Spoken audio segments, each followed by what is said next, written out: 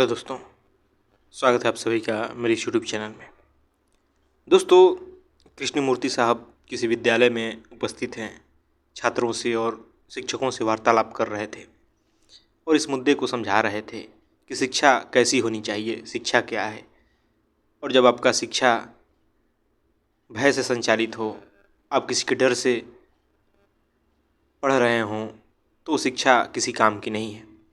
आज की शिक्षा पद्धति क्या है? या तो विद्यार्थी परीक्षा के भय से पढ़ रहे हैं या शिक्षकों के भय से। इसीलिए तो सारे विद्यार्थी पढ़ रहे हैं। ऐसा तो नहीं है कि उनके भीतर अपने आप रुचि पैदा हो चुकी है शिक्षा पाने की, पढ़ने की। जबकि इसी बात को समझा रहे हैं कि विद्यार्थियों के भीतर ये रुचि पैदा करना चाहिए कि उन्हें क्यों पढ़ना है। लेकिन सारा का सारा प्रयास ये है कि विद्यार्थी कैसे भी करके पास हो जाए। उन्हें किसी विद्यार्थी से तुलना किया जाता है, महत्वाकांक्षा दिया जाता है, उन्हें लोभ दिया जाता है, लालच दिया जाता है, दंड दिया जाता है। इसी तरह तो आज शिक्षा हो रही है। और क्या हो रहा है?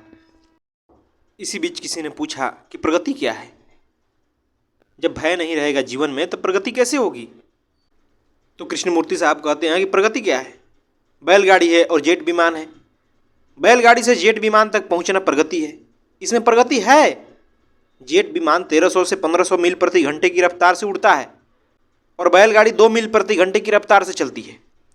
इस प्रकार यह प्रगति तो अवश्य है, परंतु क्या इससे भिन्न किसी दिशा में कहीं प्रगति हो रही है? वैज्ञानिक रूप से मनुष्य ने हालांकि बहुत प्रगति की है। उसे तारों और धरती के बीच की दूरी का पता है। वह जानता है कि परमाणु विखंडन कैसे किया जाता है। वह जानता है कि हवाई जहाज कैसे उड़ाया जाता है। पनडुब्बी में बैठकर जल में कैसे उतरा जाता है। पृथ्वी की गति को नापने का तरीका उसे मालूम है। उस दिशा में तो प्रगति हो रही है। क्या इससे अतिरिक्त किसी अन्य दिशा में प्रगति हो रही है? कृष्णमूर्ति साहब पूछ रहे हैं कि आखिर ये सब वैज्ञानिक दृष्टि में तो बहुत प्रगति कर लगी है, लेकिन क्या इससे भिन्न दिशा में कोई प्रगति हुई है? क्या युद्धों में कमी आ रही है? क्या लोग अधिक दयालु, अधिक विचारशील और अधिक सौम्य हो रहे हैं? इसलिए प्रगति कहाँ हो रही है? एक दिशा में तो प्रगति अवश्य है, परंतु दूसरी दिशा में कोई प्रगति नहीं हो रही है। और यह बिल्कुल सच्ची बात है दोस्तों। कृष्णमूर्ति साहब आखिर इस बात को इसीलिए कहे हैं कि भौतिक दृष्टि से देखा जाए तो हमने बहुत प्रगति कर ली। हम बहुत समय को बचा लिए, हमने दूरियों को कम कर लिया। हम घर बैठे मीलों दूर की चीज़ों को देख सकते हैं, सुन सकते हैं, बातें कर सकते हैं। हम चिकित्सा में एक से एक आविष्कार कर लिए। आदमी के जीवन को सहज बना दिया गया, सरल बना दिया गया।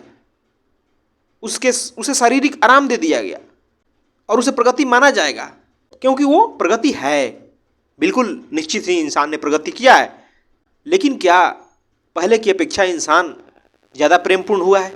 उसके जीवन में प्रेम है ज़्यादा? तो ये देखने को मिलेगा कि बिल्कुल नहीं है। उसके जीवन में प्रेम कहीं दिखाई देता नहीं है। वो आज अकेलेपन का शिकार है, झुंझला रहा है, वो ऊब रहा है। अगर किसी इंसान को अकेले कुछ देर बैठने के लिए कह दिया जाए तो वो बेचैन हो जाएगा। ये स्थिति है आज। तो फिर प्रगति कैसे है? आज भी दुनिया वैसे ही युद्ध झेल रही है। आज भी दो देश उसी प्रकार लड़ रहे हैं।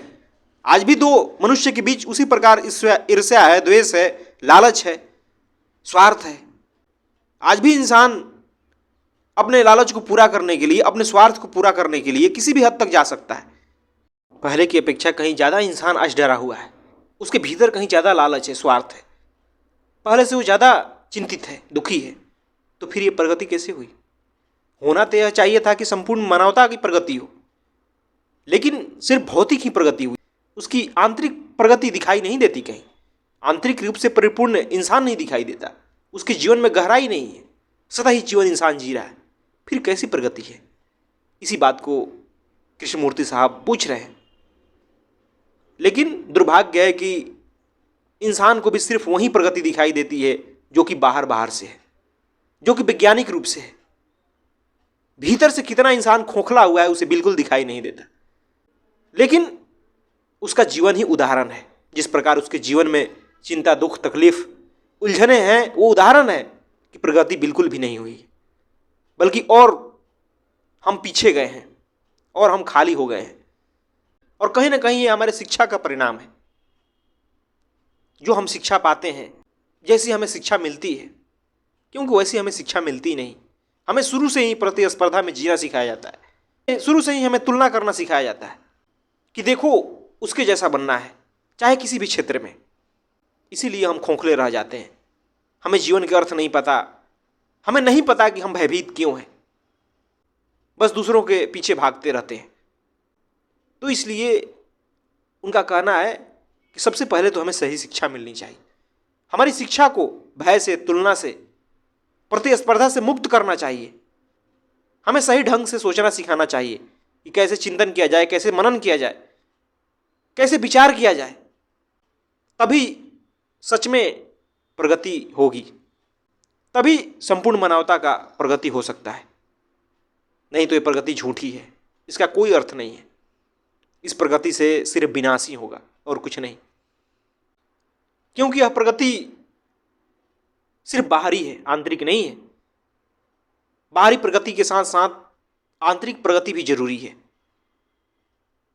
और आंतरिक प्रगति का अर्थ है कि मानव पहले से कहीं ज़्यादा प्रेमपूर्ण हो, उसके भीतर कहीं ज़्यादा करुणा हो, वो विचारशील बने, विवेकपूर्ण बने, उसके जीवन में समझ हो, तभी वास्तविक प्रगति आएगी। धन्यवाद दोस्तों।